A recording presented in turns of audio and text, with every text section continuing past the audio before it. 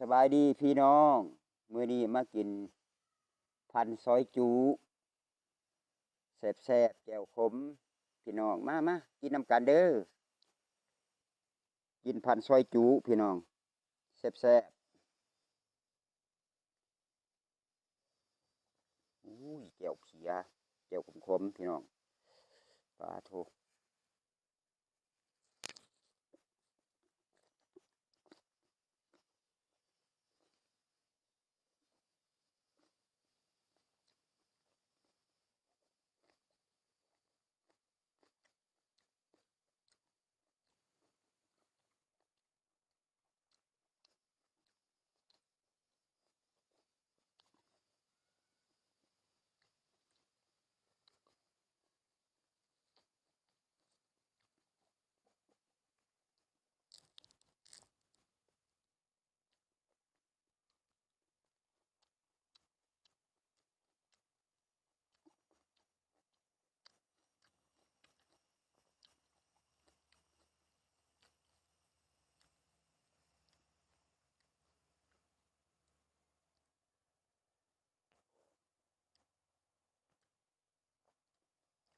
แจ่วพันเปรี้ยวขม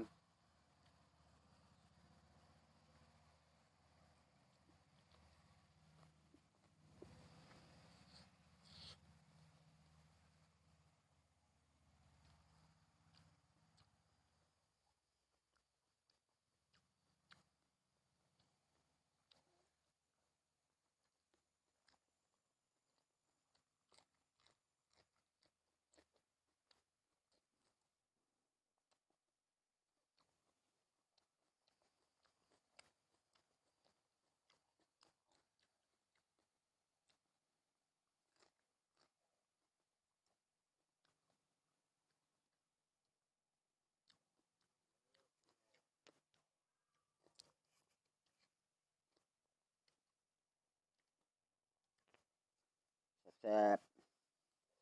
ๆอำลำแจ่วเพียพี่น้อง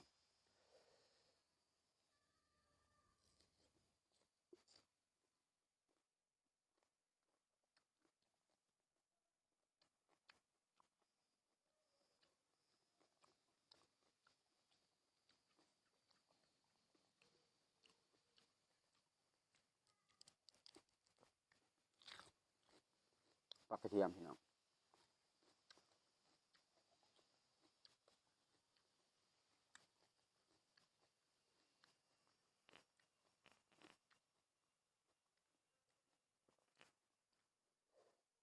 โอ้ยเทิงขมพี่น้องโอ้ยคักนะเอาครับ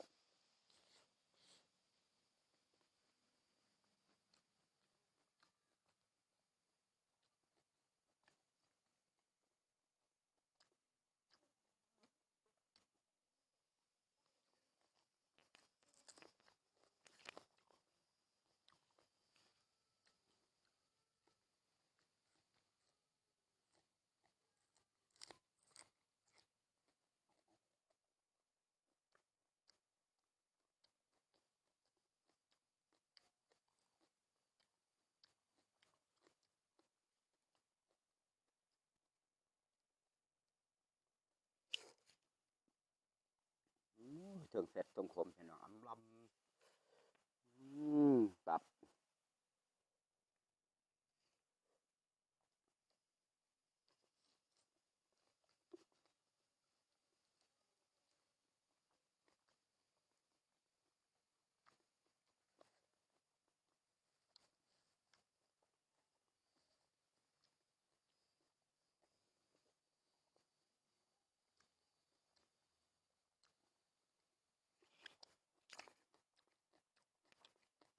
อืม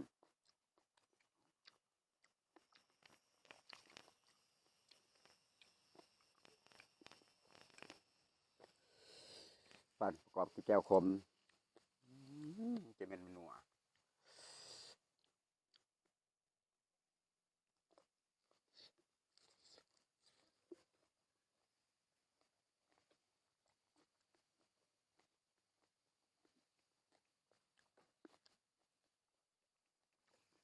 อืม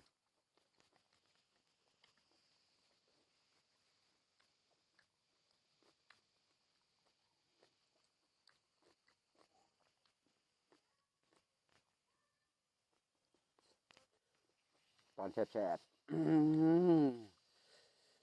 พันแก้วเพียคงความ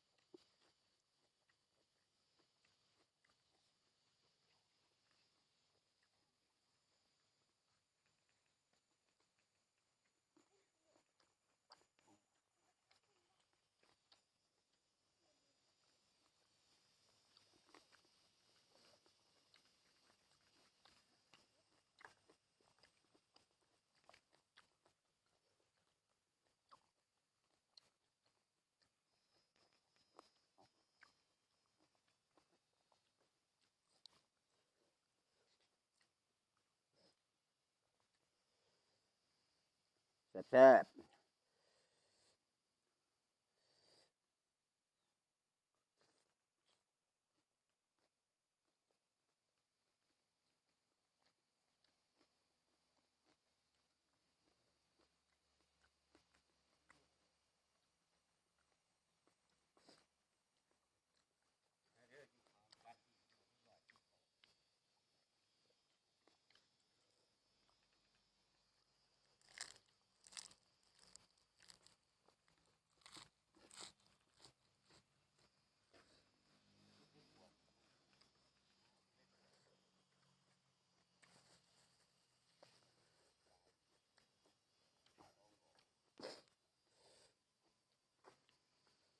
แซ่บ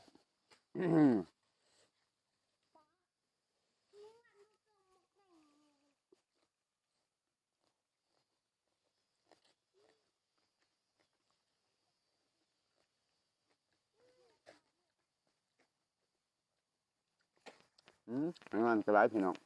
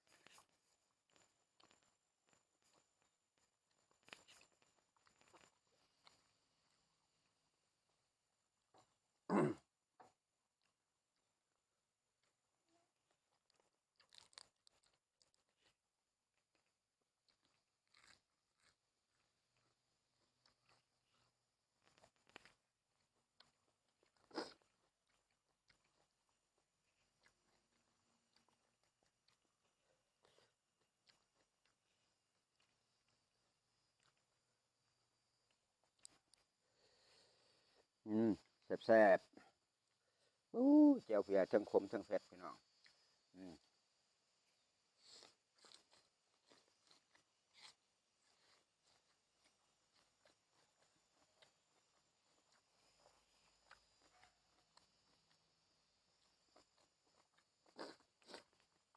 ม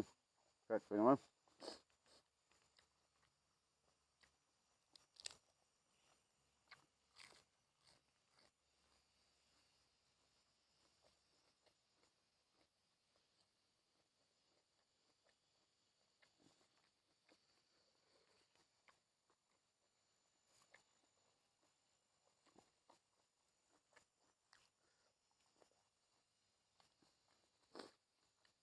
โอ้ยเผ็ดพี่น้องอืมยังสองคำ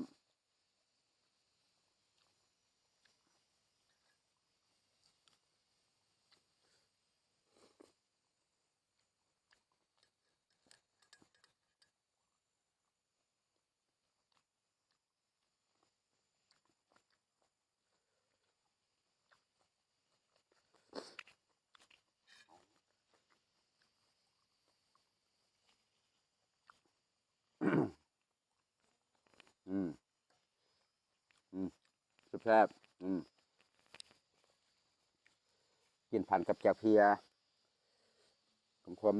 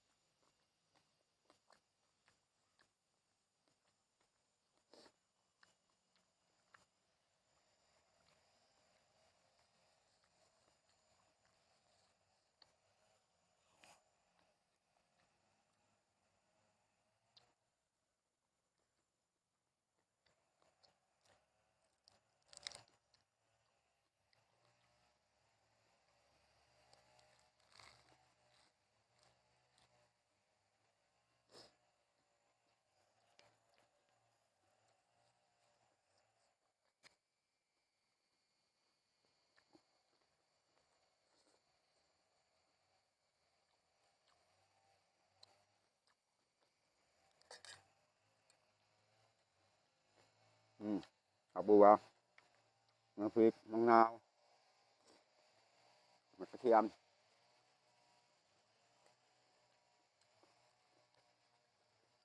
เดี๋ยวลองสดแจ่วเพียก่อนนี่หน่อยดิ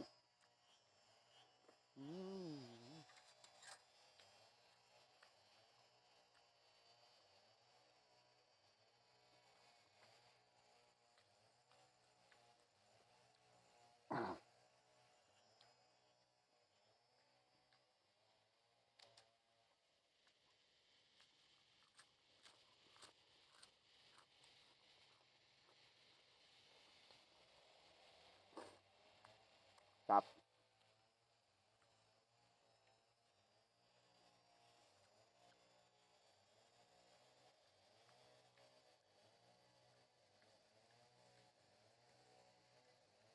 โอ้ยเผ็ดพี่น้องทั้งเผ็ดทั้งแสบพี่น้องทั้งคมแล้วเราแจ่วคมกินทัน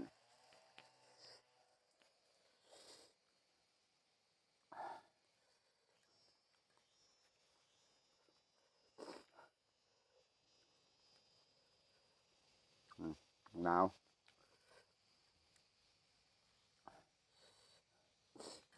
เอ้ยกระถากระชวนเรื่องวันกระต้อมลายพี่น้องเอ้ยแจ่วเพียนี่กันแซ่บหลายเผ็ดหลายยังคำหนึ่งค่อยจบเพียงเท่านี้เด้อหมดหมู่ทุกคนมื้อนี้แล้วก็พบกันใหม่มื้อใหม่มื้อนี้ก็กินเสียวจุพี่น้องแซ่บก็จบเพียงเท่านี้